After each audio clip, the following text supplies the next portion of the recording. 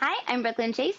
You can find me on Twitter at Brooklyn_Chase, on Instagram at Miss Brooklyn Chase, and on OnlyFans at chasingbrooklyn.com. Did you take a year off? Did you? Kinda. Um, OnlyFans has been really amazing. Um, and I was already very successful with it before COVID hit. So when that kind of all blew up, um, I really put a lot of focus into my OnlyFans. And as things started, companies started to shoot again. I'm on the East Coast, so it was kind of like, you know, with all of the different regulations and all of the craziness, it just kind of wasn't really worth, the cross country trip and the travel and the hotel and all of that for the handful of companies that were shooting. So I really did kind of just hang out and focus on OnlyFans for about a year. First thing, what is your OnlyFans? We got to make sure and promote it. Yes, you can find my OnlyFans at chasingbrooklyn.com. Because of your OnlyFans, Mhm. have you changed the way you shoot? Do you think your fans have changed your perception of? Are they happy with seeing the stuff you shoot yourself, or they still expect to see like the vixen type of stuff? It really depends. And that's why I think, I've heard people say that OnlyFans is going to kill the adult industry. And I don't think that's true because I think that no matter what, everybody has a preference. Some people are always going to prefer the made up glam, produced high definition stuff. There's always going to be a desire for that. And I think that those are kind of, there's people that like them both, but there's definitely people that prefer one over the other. Um, so I think a lot of times those are two different groups of people that you're catering to, or that you're, different groups of fans that you're interacting with because, so as long as you're doing both, like you're kind of reaching everybody. Uh, I usually bring it up later in an interview, but I'll bring it up now. Two part. Do you have a preference between the two shooting? Do you prefer the natural, or do you prefer the whole glammed up thing? I really think that both are fun, and I think it's fun to have kind of a mix of the two. Um, if I had to pick one, I would prefer the at home. Listen, I was 10 minutes, 20 minutes late today because it takes me forever to do this, so when I don't have, because I don't do it very often. So I like just kind of being natural. But at the same time, like I'm looking at myself in the little corner here and I'm like, hey, I look pretty good, So it's Right. fun to get to do both. Okay, but without kissing your butt, you've been in the business a while and you've kept a crazy high level of popularity. What do you Thank you. attribute that to? I don't know. And to be honest, my friends make fun of me all the time because I don't know. Am I crazy popular? I don't really even Stop. but I really don't like I don't know. It still is weird to me. I'm like, wait, you know who I am? I'm like, that's so bizarre. So I don't know. I have no idea, honestly. Well, when I'm people just come kind to of your, rolling with it. I'm sorry, when people come to your OnlyFans and stuff, do you think they're coming for your personality or to watch you get boned? Honestly, I think a lot of my fans come from my personality, I think. Um, because they can see, especially because a lot of the conversations that I have with a lot of people, a lot of the time are not sexual. We chit chat. We go back and forth about current events or, our days or whatever. And, some of the people, on my OnlyFans, because I do a lot of chatting is, you know, I have a vested interest in, in their lives and they in mine. So, the boning is definitely an aspect of it. Um, sometimes it's even weird though. Somebody that I chat with a lot will say, hey, like, can I get a picture? And I'm like, I thought we were having a really good conversation, but okay, All right. you know. Staying on OnlyFans for a second, do you do custom videos and stuff? I do, but I am admittedly very bad at delivery. Like I'm not. I am going to take a break from custom videos because I don't know. I'm not good at getting them done. I don't know. I don't have an Right. excuse. I don't have a good excuse. Do you have a It's like my problem homework. finding a cameraman who would not want to shoot that? No, it's just like, it's like doing my homework on a Saturday. I don't know. It just is like, I'm like, I'm selling these customs like, ooh, that sounds hot. Like, this is going to be amazing. And then it's time to do it. And I'm like, you know, it's not a good trait. So, so I do, and I have fun with them. But again, a lot of the thing, kind of the theme that I see in custom videos from my fans, it's all kind of the same thing. They want me just talking to them. You know what I mean? Like, they're not like, put this here, and it's nothing. It's never anything crazy. It's usually me playing with my boobs and talking, so it's, I think it's, they like me for whatever reason. What's the craziest request you got for a custom video? Um, I mean, there's definitely, ones that I have to respectfully decline. You know, I don't do anything with like incest at all. Right. And sometimes, people will request things, and I'm like, that's a little over the, a little more than I'm comfortable with. Other than that, nobody's really ever asked me to do anything bizarre. There was one where I was supposed to have my hands handcuffed behind my back for 10 minutes with a ball gag in. But then there was like all these things they wanted me to say. And I was like, but do I not have a ball gag in? Or do you want me to say these? You know what I mean? Sometimes it doesn't always play out, but that's what I'm there for, to guide them in the right direction. Okay, so I don't get in trouble. How did you end up hooking up with LA Direct then? So LA Direct, Derek at LA Direct has, through the Lee Network, has been representing me for feature dancing since as long as I've been feature dancing, a few years now. And I've had a great relationship with him and them. And since I've taken this time off, and, during COVID and all this stuff, I got really into the gym, and I'm in great, best shape I've ever been in. So I kind of felt like when I did come back, I wanted to sort of new chapter, I guess. So I decided to shift over to LA Direct, and it's already been a fantastic decision. And I'm excited to see what comes. So you reach out to them, they reach out to you, to Derek, just because he was your dance agent, go over to being your movie agent? Is that the right way to say that? No, I mean, it was definitely, I had conversations with a couple different agencies, and, wanted to hear what, sort of people's game, what they thought, what they saw, what they, thought they could do with me, I suppose. And I liked Derek's answer the best. I was on the road as a roadie with features for 13 years. Mm-hmm. How is the road now? Because I've been off for like 10 years. I have a really good time. Right. I mean, Go ahead. I'm sorry. I don't mean to interrupt you.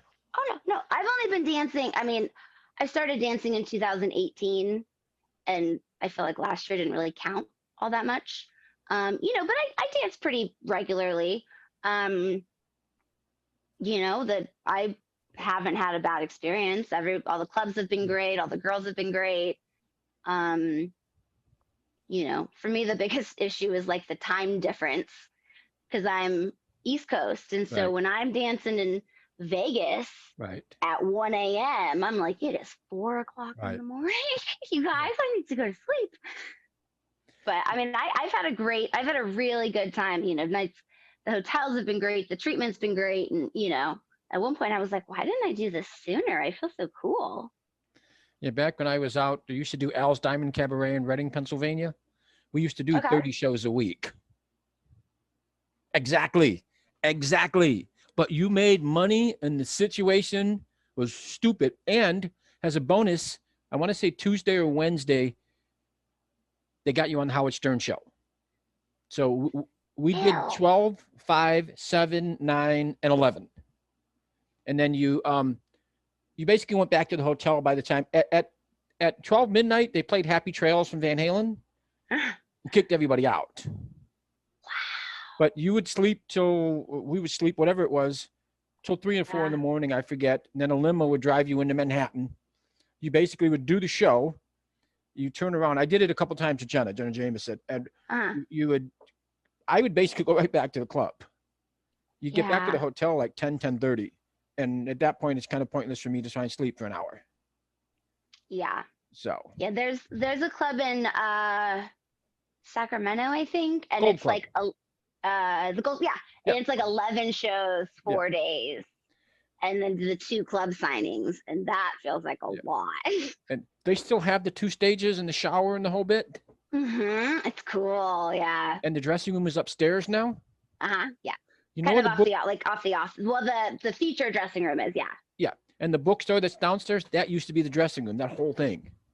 Really? I'm dating myself back to 94, 95. Anyway. That's not that long.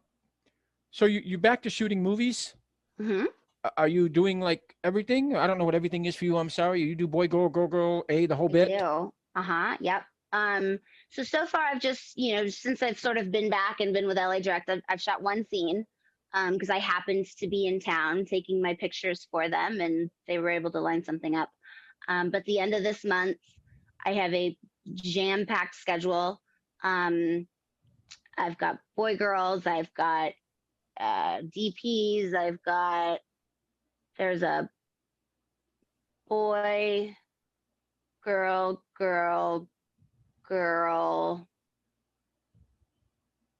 VR. There's a boy. I mean, there's a whole lot of letters in my calendar right now. Because I put everything in the calendar like BG for boy, girl, BG, and so I look at my calendar and it's like BGGDP, BGA, BG, like all over the place. And how long have you been in the business? It'll be 9 years. Actually, the next whatever day I go, I fly to LA and I shoot next the end of the month, and that day is my 9-year porniversary, the 23rd of June. And for you, how much has the business changed from then to now? I came in. I mean, it's changed a lot. Definitely with social media. When I first got into the industry, all of that was around. At least Twitter was. But it wasn't nearly as. I mean, it was just sort of a thing you did. It wasn't the monster that it is now. Right. So social media really, and that's kind of, I'm not good at social media. I don't like social media. I'm old, and so I struggle with it. But I got in after the internet age. So it wasn't. I didn't feel that crazy decline when we went from VHS to or DVDs to the internet or whatever. Like I came in after that. So, OnlyFans has definitely changed things. And there's a lot of people that, they're just making a killing on OnlyFans and they're just going to stay home now. 'Cause why wouldn't you? But I enjoy shooting. I enjoy making movies. I think it's fun. And, so like I said, there'll always be a market for that. There'll always be, it might not be as big as it used to be, but there'll always be the people that want the produced, directed, the storyline, the all of that. So, if nobody else wants to shoot, I will. From when you started to now, have the types of scenes changed? Because now it just seems like the Wild Wild West, and it's like there's circus acts and there's everything and maybe stuff I'm sure I missed. Sometimes I scroll through Twitter and I'm like, does anybody post anything that's not anal now? Like, I only shoot things that I like. So, and that's why it took me a long time to even start shooting anal, because I didn't really like it. And then once I kind of got a feel for it, then I was like, okay, but yeah, I mean, some of the things that I hear girls do, or I'm like, yeah, that's gonna be a no for me. Like, listen, good for her, but that's not my shtick, you know. I think I'm a little too wholesome for the industry sometimes. I'm like, what did they do? Oh my gosh. We bring up a point, and it's joking, but to me, I don't like the term MILFs, but MILFs seem to be almost as popular or more popular than the 18 to 20-year-olds, which the business Hmm. usually thrives on. Why do you think Hmm. that is? Well, um, you know, I don't know. I think maybe, you know, I think there's just sort of, I think it kind of goes two ways. I think for one, there's this fantasy of the older woman, right? But I also think that there's a huge fantasy of the younger woman. But for a certain demographic, an 18-year-old just ain't going to do it. You know what I mean? But a mid 30s girl or an early 40s girl, that MILF age, that hot, she's still a younger woman, but she's still a woman. And so I think it kind of comes from both directions. And then I also think that, MILF is almost sort of also kind of a personality or kind of I don't know, there's just not, there's some girls that are, have been in the industry over the years that were amazing performers, but you just wouldn't see them, you know, in that kind of role, I Right. guess. You kind of have to be the girl next door to transition to the MILF, as, Right. seamlessly, I guess. Do you think the sophistication of a woman and a slightly older woman, the experience, the education is a factor too? Or maybe you're a very good looking woman. You might scare the crap out of a dude that's 20 years old who would be terrified. I mean, maybe. Um, and then there's definitely the days that, the my co-star shows up and, I can't remember his name, but the first time I worked with this real young kid, I can't think of who it was. Before he even showed up, the director said, "Listen, I just want to let you know that he is of age." I said, "Why are you telling me? Why are you saying that?" And he was like, "Well, you'll get it when you see him, but I promise he's 20." And I'm like, "Oh man," and there's people, and he showed up, and I was like, "Oh, he looks like a little like." And there's people that like that. You know what I mean? It's you know everybody has a flavor. Uh, Whatever. For you at this point, do you maybe take this more seriously as a business now because you've been in the industry so long? Or is it just fun and you're doing your thing and it's cool and I get to go to work and I mean, it's definitely both. I am fully aware of, it's always been fun.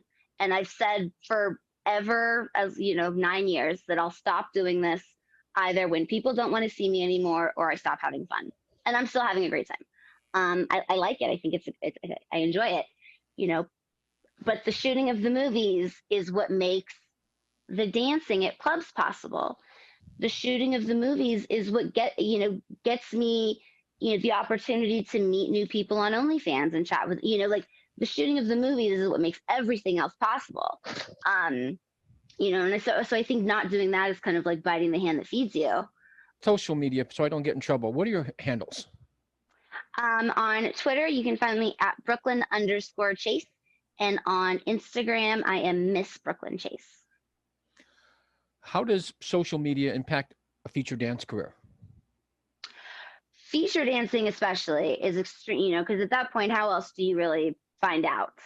um it's, there's some cities that have billboards or things like that, but even, I don't know how many people even really listen to like the radio station anymore or whatever, to hear things like that. So, social media is the only way. People don't watch, there's not commercial, it's the only way to get the word out. And it's, the important thing, what something that took me a while to learn is it's like posting something that's exciting enough that like it gets retweet, like it gets the Right. shares. It's great that like my fans think it's hot or whatever, but they need to think it's hot enough to, and that's how you reach the masses, and that's the only way that you find new people. And this past weekend I was dancing at a brand new club in Dallas. And a lot of people were like, I had no idea this club was here. It was brand new. It was beautiful, beautiful spearmint rhino, in North Dallas. And, they were like, I thought, I had no idea that this club was even there. And so without the social media, I still wouldn't. Without you in the club. I helped a little, I suppose. This past week, sadly, we had a performer pass away, and some people suspect it was because of bullying online. Yeah. Does that happen to you? Do you think you could push a person to that? What are your thoughts on that? Oh, I mean, I absolutely think that it could push a person to that 100%. I think that nobody ever will ever know what anyone is dealing with but themselves, ever. And you don't know what can be a trigger to somebody. You don't know what someone is already dealing with in life, and that one thing that you had to say could be the straw that broke the camel's back. It could have not been as painful yesterday as it is. You never know. And the internet can be very cruel, and it can be a very unfriendly place, unfortunately, and it's heartbreaking. And I'm just to try to be a nice person in general, but like I said, you just never know what somebody's going through, man. It just because somebody posts a picture of you smiling on Instagram doesn't mean that they haven't been crying for the week before. You know what I mean? It's Right. just be nice to people. Do you feel trolls, I call them trolls, have a right to hide behind the keyboards and just bash people for the sake of bashing people? I mean, it's a sticky situation because I believe in freedom of speech. Um, I think that it's just something that as performers, or anyone that kind of decides to put any portion of their lives out, you just kind of have to understand. You have to have a thick enough skin for it, because there's nothing you can ever do to make it go away. I mean, there's mean people all over the place. Somebody could yell at me at the grocery store later. It just you have to hopefully be secure enough in yourself, and that's not always. Are you on Instagram too? Mm-hmm. Yeah, Miss Brooklyn Chase. Do you see a difference in your fan base between Instagram and Twitter? I used to think for a while, that they were a lot meaner on Instagram. And I don't know why, but I always felt like people just said nastier stuff on Instagram. I stopped reading my comments on Instagram a long time ago, so I don't know if that's still true or not. I really don't,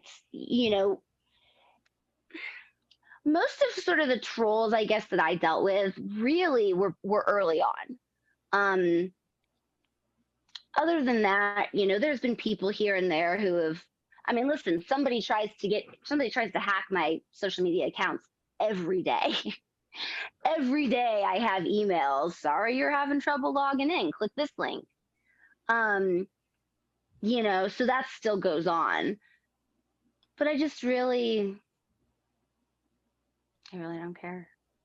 When it comes to photos and stuff online, for either outlet, Twitter or Instagram, is there a particular picture people want to see of you? More of your boobies or your face or your butt? Yeah. So anything that doesn't, especially, on Instagram, cleavage will up the likes by at least double, if not more. It could be the exact same picture of my face cropped from here to here, and it's going to be a huge difference in likes. Pictures of my butt don't get nearly as many likes. So that's, and I have huge boobs on it's always been, years ago, I stopped complaining about doing reverse cowgirl because it hurts my legs. I'm like, my legs hurt. And I always have to do reverse cowgirl. or I said, I hate doing reverse cowgirl. And the director said, well, then get rid of your boobs. Because as long as you have those boobs, you're always going to do reverse cowgirl. And I was like, oh, that sucks. Okay, love. I do a lot of big boob movies. I do like I got, you know what I mean? Right. It's my thing. So yeah, anything other than boobs, just it gets a portion of the likes. And some people have said that your fan base or fans expect more free stuff on Twitter because you can get away with more there. You agree, disagree? Like they expect nudity and everything for free. I mean, I you know, I think that people expect a lot of things. I don't post. If you want to see me naked, you can go to my OnlyFans. Um, and listen, people don't have to like it, but at some point at Exotica, girls I'm sure used to take pictures with people for free. That's not the case anymore. You don't have to like it. It just is what it is. You know what I mean? It's because here's the other thing is if I am just posting everything for the world to see on Twitter, okay, it's sort of, the last thing I want to do is like, well, why do I need to join her OnlyFans if Brooklyn's just going to post it all over here? You know what I mean? I learned that at Exotica once. I was charging way less for a picture than the girl next to me. And it was messing her up because they were like, why would I pay $20 for a picture with her when I can spend $5 on a picture with Brooklyn? And I was screwing her over and I didn't mean to, you know? So then I started charging 20. You mentioned appearance. You have an upcoming appearance in Chicago Exotica, I think at Bad Yes. Dragon.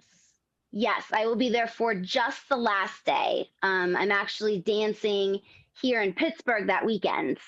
Um, and so I'm flying first thing Saturday morning to do the last day of Exotica. And I'm really excited. I love Exotica. I love Chicago. I love Bad Dragon. I'm very excited. And is it still fun for you to do the conventions and the appearances, Mm-hmm. or what is that like for you? Yeah, I like it. I think it's a really good time. I like to chit chat. I like to talk. And I like meeting people. I'm curious to see what it's gonna be like going forward. If it's gonna be as crowded as it used to be or whatever. But Chicago's always a great show. But I think it's a good time. And like I said, it still is like really cool and exciting to me when people are like, I'm a big fan. I'm like, really? Of me? Like, that's so cool. So I enjoy it. I get a kick out of it.